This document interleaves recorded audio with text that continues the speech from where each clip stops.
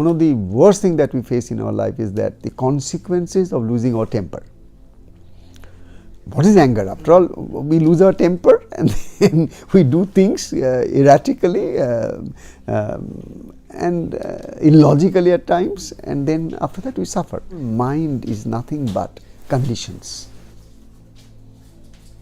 Whatever conditions you have appreciated, liked, they all are in the package as conditions that is pleasant to you. Anger is not always that which is expressed. Anger can be something which you are chewing inside of you. It's something like something is under your tongue and you are chewing with it.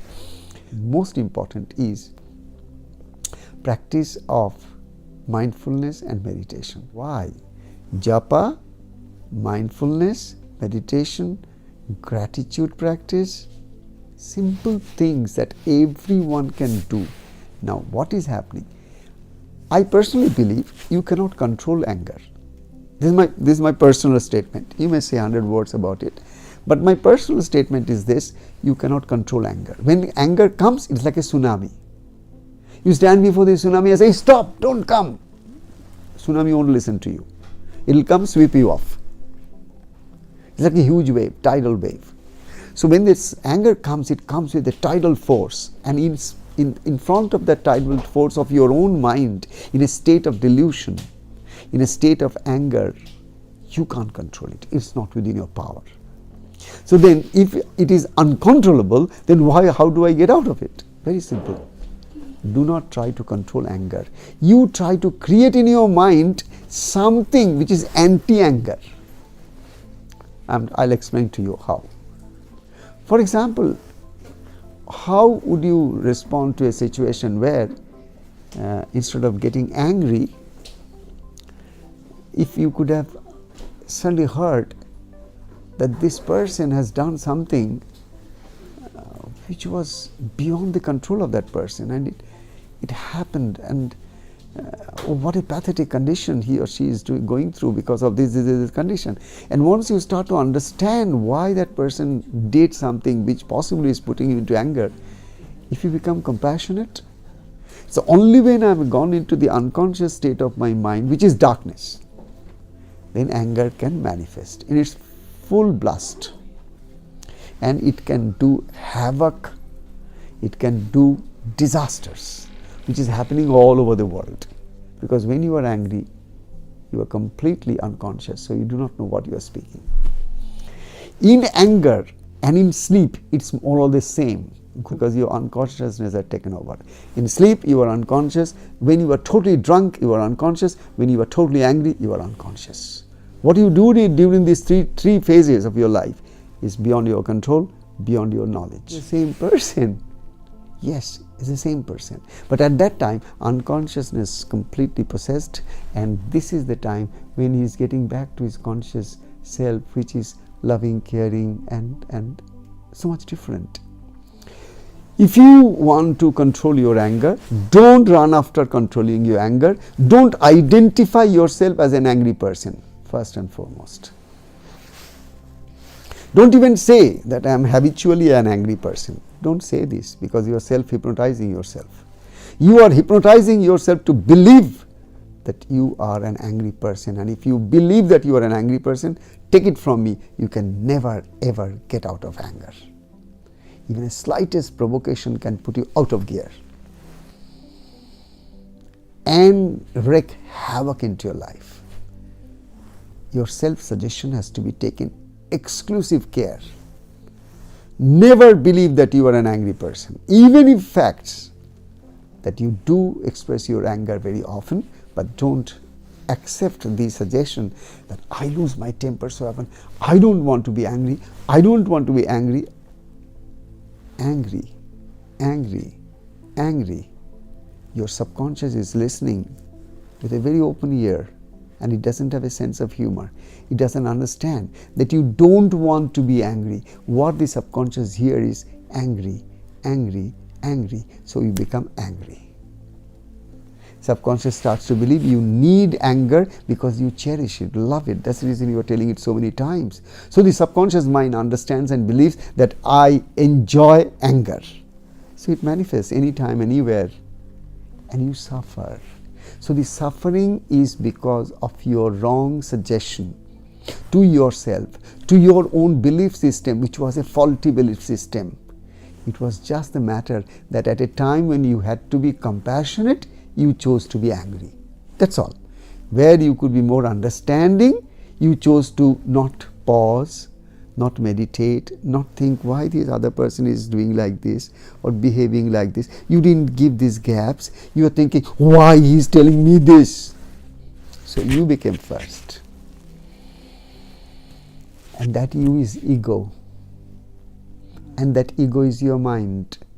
And that mind is your conditions, your beliefs, your thoughts, which are programmed.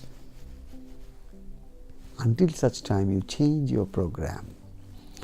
Changing anger to compassion. Choose the other pole. If anger is manifesting, don't forget it's an energy. Anger is an energy.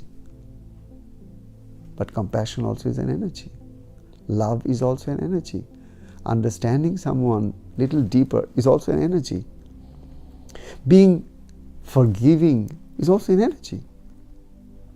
So your love, your compassion, your forgiveness, your gratitude, everything is energy. Now, in a day-to-day life, reprogram your mind in such a manner that you love to be more compassionate. You start believing that I love compassion, and try to be compassionate wherever is it possible. Try to do something for somebody you don't even know. Even try to just share your smile. It's a wealth. Don't give money. Just give your smile. Just give a beautiful, positive word. Just give him company. Just give your ear to listen to his story or her story.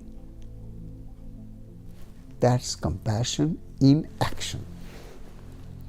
So if you increase in your life the quota of more compassion in action than the number of times you were angry, what will happen is that over a period of time, the more the quota of your compassion in action increases, anger will have no spice to eat. It will have no food to eat because it is not getting any food. Previously you used to say, I just don't want to be angry, but I don't know, I get angry. And I do this, I did that. You're not self-suggesting all those negative suggestions. You are not self-limiting yourself. You are not self-condemning yourself. You are not self-belittling yourself. All of it is a curse to yourself. Nobody is cursing you, don't forget. Nobody is cursing you. You are one who curses you the most. Nobody else suffers. You suffer because you have cursed yourself. Vis-a-vis, I see a person who always, lives in a state of joy, happiness, whatever comes my way. I love God, God loves me, I'm happy as I am. And okay, I don't believe in God, but I believe in good work, good action, good compassion, good love. These things I believe, and I do whatever little I can. And it gives me tremendous happiness. I'm so happy all the time. I have no complaints. I have no regrets. I'm very happy. And that person also is there in this world, don't forget. Such persons are self-suggesting positive things to one's own self. No wonder their subconscious mind is not against. They are in favor of that person. So now decide.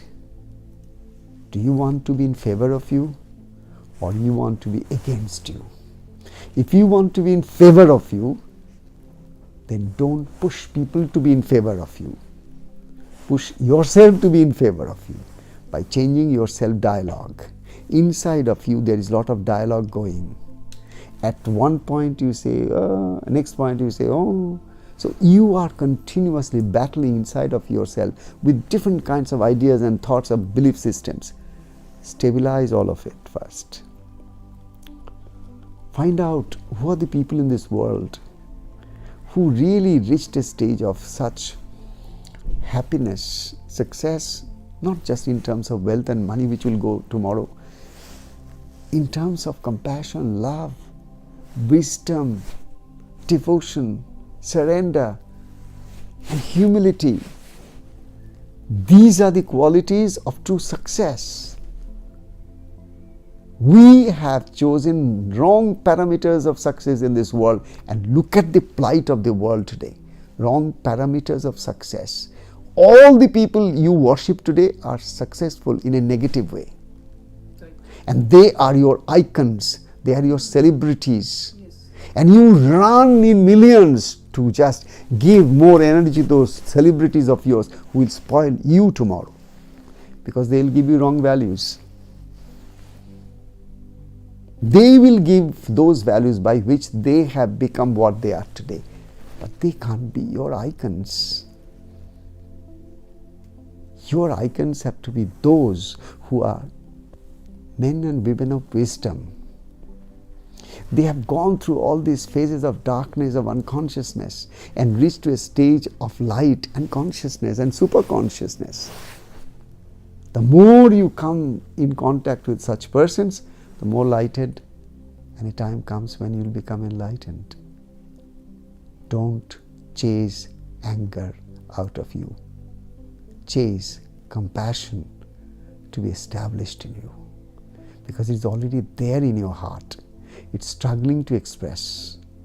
The more you give space for compassion and love to be in your heart, express through your heart, and be continually manifesting, the more anger and other negative tendencies of your mind will go into oblivion. It will not be there because it will not have food to eat. It will not get the energy that it needs, because you are giving all your energy to the positive side of life, the compassionate side of life, the forgiving side of life, the love side of life. There are so much of energies in this world which are so positive. So you are thinking of it, you are seeing those things, you are reading it, you are filling your head with all those positive things. How can you be angry? How can you be angry? Because you are still feeding on negative energies and negative thoughts and negative beliefs. Yes, anger is your companion. Choose your companion first. With whom do you want to give maximum time? And you will definitely find, today or tomorrow, you will not have to conquer anger. Sorry, you can never conquer anger. You can only do one thing. You can only worship love, and that will bring light. That's it.